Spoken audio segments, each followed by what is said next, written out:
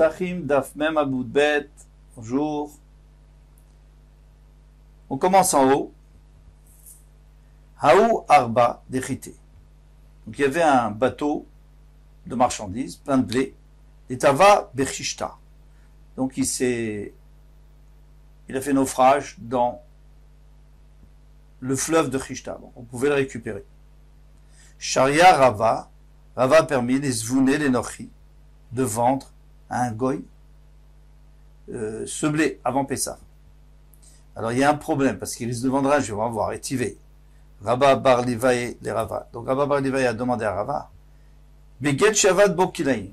Si moi j'ai un habit, alors si j'ai un habit en Kilaïm, donc du lin et de la laine, je peux le vendre à un goy. De toute façon, quand il va le vendre, s'il veut le revendre à un juif, le juif il va tout de suite voir que c'est du lin et de la laine, et il va pas l'acheter. Mais si il y a un fil qui s'est perdu à l'intérieur et qu'on ne le voit pas, alors les Elohim Kirenu les Nochi, il a pas le droit de vendre un goy de peur qu'il le vende à un juif. Veloya c'est Bomardat, il n'a même pas le droit d'en faire un manteau. Les Chamor, une couverture pour l'âne qui a toujours froid. Avalosino Totachin Lamet. Pourquoi? Parce que s'il fait pour un âne, peut-être que la personne qui est pauvre, qui va l'acheter et qui va en faire un habit, ou le mettre dans son habit. Avalosino Totachin Lamet. Mais on peut en faire un habit pour le mort. Pourquoi? Parce que le mort n'a pas de chiyuv de mitzvot. Donc lui, il peut tout à fait mettre du chatnez. Et après, qu'est-ce qui va se passer? Quelqu'un risque de le prendre. On n'a pas le droit d'utiliser les habits des morts. Pas le droit, c'est interdit. On peut se poser la question, comment ça se fait qu'on peut faire le Eglarach, se moquer du mort? Parce on sait qu'il faut cacher nos tzitzit quand on rentre au Beit HaKvarot, parce que les morts disent, demain il va venir chez nous, Shalom, et maintenant il nous montre que lui fait des mitzvot et que nous on peut pas faire. Alors ici, pourquoi est-ce qu'on aurait le droit de faire en lin et en laine? Rashi répond tout simplement parce que il n'en profite pas. Même un homme vivant, s'il profite pas du chatnez, il a le droit. Eh bien, le mort ne profite pas. Les Nochim Aïtam, alors on revient. Le goy prend la parole du vendre. L'ambishum de Hadar Mazun d'Israël, n'est-ce pas parce qu'il va le revendre à un juif? Alors, la même chose avec le blé. Si tu vends du blé de ce bateau qui était dans l'eau pendant longtemps et qui a certainement gonflé, alors qu'est-ce que tu vas me dire? Il n'a pas éclaté. S'il a éclaté, personne ne va l'acheter. Un juif va l'acheter. Disons qu'il n'a pas éclaté. Mais comme il était longtemps dans l'eau, eh bien, il peut être chametz même s'il n'a pas éclaté. Alors, Adam Amarava, Nisvinu, Kava Kava les Israël. Il faut le vendre cave par cave. D'accord? Une petite quantité à un juif, un autre juif, un goy aussi, bien sûr. Pardon, même à un juif, parce que tu sais qu'il va le terminer avant Pessah. Kirchi de Kalia Kamepissra, pour qu'il puisse le finir avant Pessah. Tanoura Banan, En Molinim et Agdera ve Pessah. Les maîtres nous ont dit on n'a pas le droit de mettre de la farine dans le plat pendant Pessah. Celui qui veut le faire, pardon, excusez-moi, eh bien, il met sa farine dans la casserole et tout de suite il verse le vinaigre dessus. Il y en a qui disent non, on peut même faire à l'envers. S'il y a déjà du chometz, s'il y a déjà du vinaigre à l'intérieur, on met la farine dessus. En réalité, quel est le problème? Le problème, c'est que le vinaigre est déjà mélangé avec la nourriture, avec le plat, donc il a perdu de sa force. Alors, qui sont ceux qui ont permis de mettre en dernier la farine? Amar Friza, Rabbi Udaï, c'est ça dans la Udaï, parce qu'elle a été enseignée à Ilfas. Ilfas, c'est un genre de grande poêle. Vagdera, ou alors la marmite, chez Viran Meurtachin. Alors ici on parle de Shabbat, et on va aussi extrapoler pour nous. Eh bien, Shabbat, il l'a enlevé à l'entrée de Shabbat, Meurtachim, et c'est bouillant. Et maintenant il veut mettre dedans des épices. Loïten, des Torah Tavlin, il ne peut pas mettre des épices. Pourquoi? Parce que ça s'appelle Keli Rishon. Keli Rishon, c'est le premier Keli qui était sur le feu. Même s'il n'est plus sur le feu, ça continue à cuire, tant qu'il est bouillant. Alors, on n'a pas le droit de mettre des épices parce qu'on va les cuire. Avanoten et torrakara, ou les torchatamkouim, on a le droit de mettre dans la kara, dans le plateau, ou dans les assiettes, ou les torchatamkouim, ou même dans la soupière. Alors, la soupière, c'est quand même kelishini, parce qu'on a versé de la casserole dans la soupière. Et kelishini ne cuit pas. Rabbi Yehuda Omer, l'école ou noten, chutz midavar sheyesh bo chometz vetzir. Rabbi Yehuda dit, ok, je suis d'accord avec vous qu'on va le mettre dans kelishini. Ça, c'est la avamina de la Gemara. Donc, Rashi rapporte cette avamina. On a le droit de mettre, même dans kelishini, mais sauf s'il y a du chometz vetzir. Sauf s'il y a du vinaigre ou alors du jus de poisson salé. Et la maskana de la Gemara, c'est que Rabbi Yehuda, il n'est pas machmir comme ici. Au contraire, il dit que même dans Kelishini, on a le droit de mettre, s'il y a déjà dedans, sauf s'il y a dedans du vinaigre et de l'eau salée, parce que là, vraiment, ça va cuire plus vite. Mais nous, comme Rabbi Yossé, pourquoi tu dis pas que ça peut aller d'après Rabbi Yossé aussi, d'Etnan? Parce que Rabbi Yossé a dit, Rabbi Yossé Omer, Shoran bechometz, vechometz somtan. On peut mettre donc dans le chometz, et le chometz. Dans tous les cas, on a vu que d'après Rabbi Yehuda, ça marche très bien. Parce que Rabbi Yehuda dit que Shabbat, même s'il y a du chometz à l'intérieur,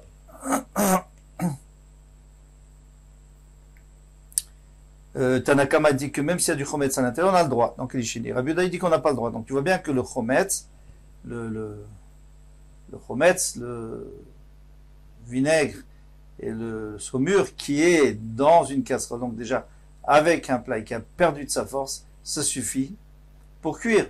Donc quand tu vas mettre ta farine, maintenant on revient à Pessah, elle va cuire tout de suite et il n'y aura pas de chametz. Il dit la même chose. On peut mettre le blé dans le chometz. Si par exemple du blé qui a commencé à gonfler, on peut le mettre dans le vinaigre et le vinaigre va le contracter. Donc tu vois bien que le vinaigre est en bas et le blé est au-dessus. Alors il m'a répondu, ça c'est vrai que le chometz est en dessous, mais il est encore intact. Il n'est pas mélangé avec la nourriture. Mais s'il est mélangé, alors peut-être ça sera assourd. Donc on ne peut pas compter sur Rabbi aussi, c'est Rabbi Yehuda. Oula il dit non, que tu mettes en dessous le vinaigre au-dessus, c'est assourd. Mishum lech lech amrinan nezira. Qu'est-ce qu'on dit à un nazir, quelqu'un qui s'est engagé à ne pas boire du vin, à pas manger de raisin? C'est chor, éloigne-toi, les karma lotikrav, ne t'approche pas d'une vigne. Quoi? Il y a un interdit de s'approcher d'une vigne, il a le droit de se promener parmi les vignes. Non. Il doit s'éloigner de peur qu'il soit attiré, qu'il mange des raisins. Alors, ici on dit la même chose pour nous. C'est vrai que dans la théorie, on peut très bien mettre du vinaigre directement dessus, et ça va le contracter, et ça va cuire, et donc la farine ne va jamais monter, ne va jamais fermenter. Mais si tu permets de mettre la farine dans la casserole avec du chometz, qui est déjà dedans, alors il risque de faire le contraire. Donc on lui dit, prends des précautions. Rafapi Charelé, des bourdiki, des Berej Galuta. Alors le Berej Galuta, donc c'était le dirigeant de la diaspora. Il avait des serviteurs, toujours, il était très riche. Eh bien, il avait aussi des pâtissiers. En réalité, les pâtissiers, quand on dit des pâtissiers, Nartom, c'est aussi eux qui faisaient la nourriture, ils faisaient tout. C'était des cuisiniers pâtissiers. Alors, qu'est-ce qu'il dit? Il leur a permis, Rav Papi, les mimche gdera bechassise, de prendre la farine de blé grillé et de mettre dans la casserole pour épaissir. Alors, est-ce qu'il y a un problème? On a vu que oui. De peur que c'est pas très bien cuit. Et à ce moment-là, cette farine, on a vu ça fait 2 jours. Ici, c'est différent. Rajva nous dit, parce que là-bas, on avait grillé les épis, donc le blé n'était peut-être pas 100% grillé. Mais ici, on a grillé le blé lui-même. Donc, c'est sûr qu'il est grillé, et à ce moment-là, ça va plus gonfler. C'est fini. Une fois qu'il est grillé, c'est terminé. Amarava ikadeshare ki aimilta bedurta deshriravde. Est-ce que quelqu'un pourrait permettre une chose pareille dans un endroit où il y a des serviteurs? Les serviteurs ne vont jamais faire attention. On ne peut pas compter sur eux. Si tu leur permets, ils vont prendre la farine normale, ils vont mettre dans la casserole et c'est fini. Là, c'est sûr que tu vas avoir du chametz. Ikadama, il y en a qui disent Rava gouffé machele kidra bechassise. Rava lui-même, il mettait de la farine, mais il ne permettait pas aux serviteurs de le faire. En notnim kemach matitim. On ne met pas de la farine dans le chaoset. Alors nous, on connaît le chaoset, mais c'est notre chaoset à nous. Leur chaoset à eux, en fait, c'est un nom d'emprunt. Leur chaoset, c'était un mélange de fruits avec du vinaigre et on trempait la viande dedans. Le nôtre, c'est différent. On met certaines choses dedans, on met du vin et on trempe notre maror à l'intérieur. Dans tous les cas, là-bas, on parle du temps de la Gemara. On a le droit de mettre dans le chaoset de la farine. On n'a pas le droit, de mettre du chaoset, de la farine dans le chaoset, de peur que ça gonfle, que ça monte, ça fermente. La même chose on ne peut pas mettre dans la moutarde. Alors pourquoi on interdit ça? Mais s'il a mis, il doit tout de suite manger. Rabbi Meir, il interdit. Pourquoi il interdit Rabbi Meir? Tu manges tout de suite, qu'est-ce qu'il y a? Ça n'a pas eu le temps de monter, il n'y a pas eu 18 minutes. Alors pourquoi il interdit Rabbi Meir? Parce que lui dit que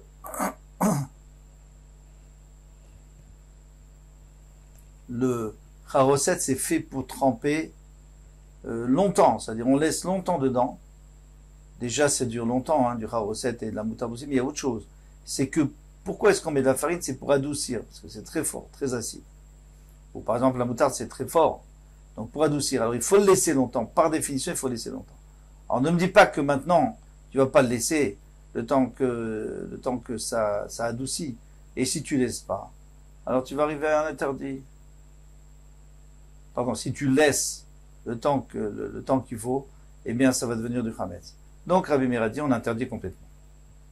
En mevashlim et Pessah. On n'a pas le droit de faire cuire le Corban Pessah. Alors le Corban Pessah il y a écrit on n'a pas le droit de le cuire dans l'eau. L'eau bemashkini avec des boissons. Alors, n'importe quelle boisson. De l'eau, du vin, de l'huile. Vélo bemeperot, ni les jus de fruits, qui ne sont pas appelés des boissons. Il n'y a que 7 boissons qui sont écrites dans la Torah. Et les jus par exemple, les jus de fraises ou les jus de pommes, ça ne s'appelle pas des boissons. Donc, de toute façon, on n'a pas le droit. Aval sachin, mais on a le droit d'oindre le rachidi pendant que ça cuit pour pas que ça brûle. On peut l'oindre avec ces jus. On peut tremper lorsqu'on veut les manger, une fois qu'on a fini. Ça s'appelle plus cuit dans l'eau. Et même moindre, ça s'appelle pas cuire. Maintenant, le boulanger, lorsqu'il fabrique ses matzot, eh bien, de temps en temps, il trempe ses mains pour les refroidir dans de l'eau. Eh bien, cette eau, il faut les jeter tout de suite, parce que ça devient, avec le temps, ça devient du chametz. Amarav kana gmara. Machloket, les tochachardal, toute la machloket qu'on a dit. Est-ce qu'on a le droit de mettre dans la chardal, dans la moutarde? Ça y est, machloket, on a dit oui, on a dit non, Rabbi Meir disait non. Pourquoi? Parce que normalement, la moutarde, c'est tellement fort que ça va pas permettre, ça va brûler la farine et ça va pas lui permettre de monter. Mais chaoset, non, ça n'a pas le droit. Il s'arrête miad, il faut tout de suite le brûler. Tanya la mère, il y a une braïta qui dit ainsi, on ne met pas de la farine dans le chaoset, mais maintenant il s'arrête fait. S'il a mis, il s'arrête miad, il faut le brûler tout de suite. Et tochachardal, mais maintenant si c'est dans la moutarde, Rabbi Meir, il s'arrête miad, Rabbi Meir dit il faut tout de suite le brûler, Vachamim Omrim, il y a chel miad, on peut le manger, mais il faut le manger tout de suite, il ne faut pas le laisser. Parce que là c'est sûr que ça va monter. Ça va faire monter à Marav, Una Bereder Rav Yoshua, Marav, Nachman Amar Shmuel, au nom de Shmuel, Alacha qui est divrei Chachamim. Là, Alacha, c'est comme les divrei Chachamim, que on a le droit. Dans la Chardal. Quand on dit qu'on a le droit, ça veut dire, on a le droit de le manger. Si on le mange tout de suite. Mais Khatri, là, c'est sûr qu'on a le droit de le mettre dedans, Parce que si tu le laisses, c'est sûr que ça va fermenter. Kol Tov à demain, Bezrat Hashem.